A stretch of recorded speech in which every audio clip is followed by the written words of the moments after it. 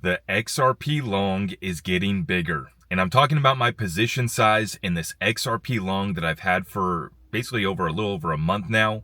Rolled over from the July contract to the August contract here on Coinbase.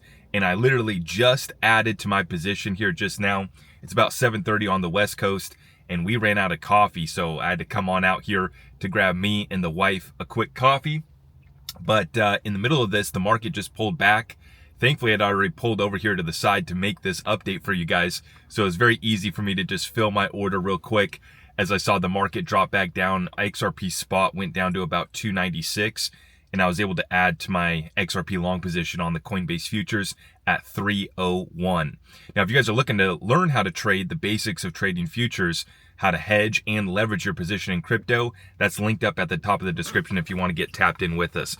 But folks, very important. The reason why I just added to my XRP long is because in 10 days on August 15th, we are due for a status report at the Second Circuit Court of Appeals from the SEC and Ripple. And so a lot of clickbait's going to be coming out about the case concluding, and it's probably going to happen. That's the thing. But, people, every single Thursday when the SEC meets for their, basically weekly Sunshine Act meeting, people have been saying that the case is going to be concluding for the past 4 years that we've been in this thing, right? I've been one of those folks too. I did not think that we would be in here for over 4 years in this lawsuit. But the reason why I wanted to update you guys this morning is because we have, let me pull up my Grok post right here. August 15th, 2025 is a notable date in the Ripple versus SEC case because it marks the deadline for the SEC to file a status report with the Second Circuit Court of Appeals. This report is expected to provide updates on the case's progress, particularly regarding the potential dismissal of appeals by both Ripple and the SEC. Now, the only reason why we actually got a delay out until August 15th, SEC and Ripple had both jointly filed for an abeyance until August 15th because they wanted to take it back to Judge Torres to try to drop the injunction and basically settle up this case through, going back to her. She rejected that. She rejected that completely. So the case goes on in the Second Circuit Court of Appeals. That's the only place where the Ripple case is taking place right now. And the SEC and Ripple have already shown that they wanted to, settle up and drop the appeals, but they wanted to go back to Judge Torres to get that injunction dropped first. So although that's, been rejected, nothing is stopping the SEC and Ripple from dropping their appeals, in this case officially being over in the next 10 days. So this Thursday, the SEC will meet again, and they probably have to go through another vote. I was listening to Mark Faber, who used to be at the SEC. He said that they likely already voted on a settlement once and agreed to it, but it was under different terms, going back to Judge Torres dropping the injunction, then settling up. So they may have to have another official vote for this settlement, but it's basically the same agreement, agreeing to settle up and drop these appeals. And really, there is no, the only part of this settlement that really, is relevant at this point now is just dropping the appeals. Ripple's still going to have to pay the penalty. Ripple's still going to technically have the injunction placed on them, but it's not going to stop them from selling to institutional investors at all. But this case is about to wrap up, and I just don't see why it would be extended out any further at this point. And so whether they vote on it this Thursday or next Thursday, they have two more weeks here to vote on it again, if they haven't already, before the August 15th status update that is due to the Second Circuit Court of Appeals. Now, XRP, the bottom was $2.72 on this most recent pullback. I believe that the bottom is in. I had an order at $2.72 to fill my XRP long position, but it didn't go all the way down there on the futures order book. Basically, a lot of people just want to go long XRP, and so the XRP futures order book did not drop as low as the spot market did. The spot market dropped to 272, futures only dropped to 277. So although I had my order placed at the right spot, the right target, I told my Discord group, supports at 270, let's front run it between 270 and 275. My order's at 272. The futures order book only went to 277. And that's part of the arbitrage play that I've been mentioning. nobody else is talking about it, and I don't get why more people haven't found this yet. It's hidden in plain sight. The arbitrage between the spot and the futures order book on Coinbase, that is included in that Trading Futures 101 lesson that's linked up down below. Not only the basics on how to trade futures, but specifically talking about this arbitrage opportunity and how to take advantage of it.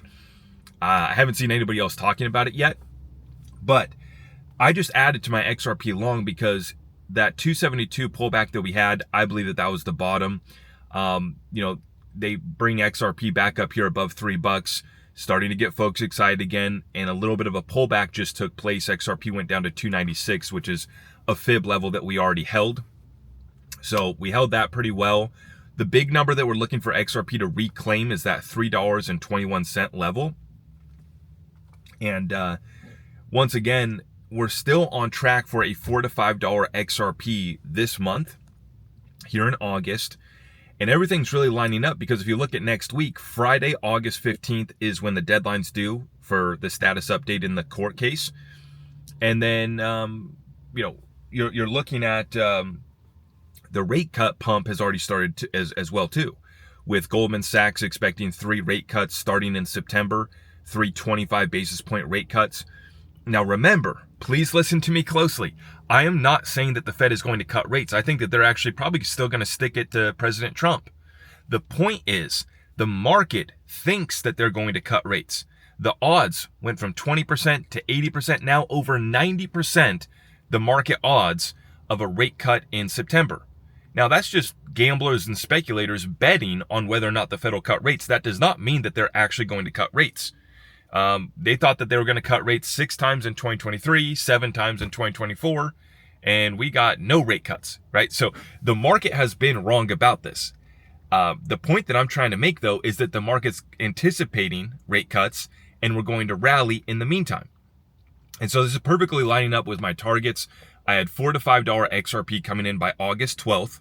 That's next week, right before that SEC appeal update is due. So that would time out perfectly. And then the jump to $7 to $15 by September 7th. I think that that's still in play as well too. And what's so interesting is that yesterday I compared the 5.4 billion of inflows that went into the Ethereum ETFs in July. I just took 5 billion and I said, what would happen if you put 5 billion into XRP right now with a 50x multiplier? Not a 500x multiplier, not a 1000x multiplier, but just a 50x multiplier, which is very conservative. On average, I'm seeing a much more dramatic multiplier, over 100x multiplier on XRP on the data that I'm tracking. So 50x is about half of the average, and it's being very conservative. The market cap multiplier on that, if we get 5 billion of inflows into XRP, would be 250 billion of market cap growth. Now, if you throw that on the market cap chart, measure that percentage gain, it's a little over 118%, give or take. Give or take. And funny enough, if XRP were to jump over 100%, 118%, it takes us right above my $7 target. So I think that we would be seeing that in anticipation of the ETFs going live. So once again, XRP rally's already started. 272 is the bottom. Next week, the case probably concludes, and that's another catalyst to drive us up above $4.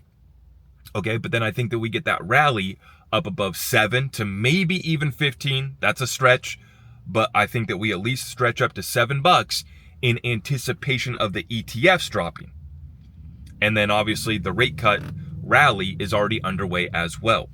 September 17th and 16th and 17th, I believe, are the dates. And the 17th, I believe, is when the Fed makes their decision on interest rates.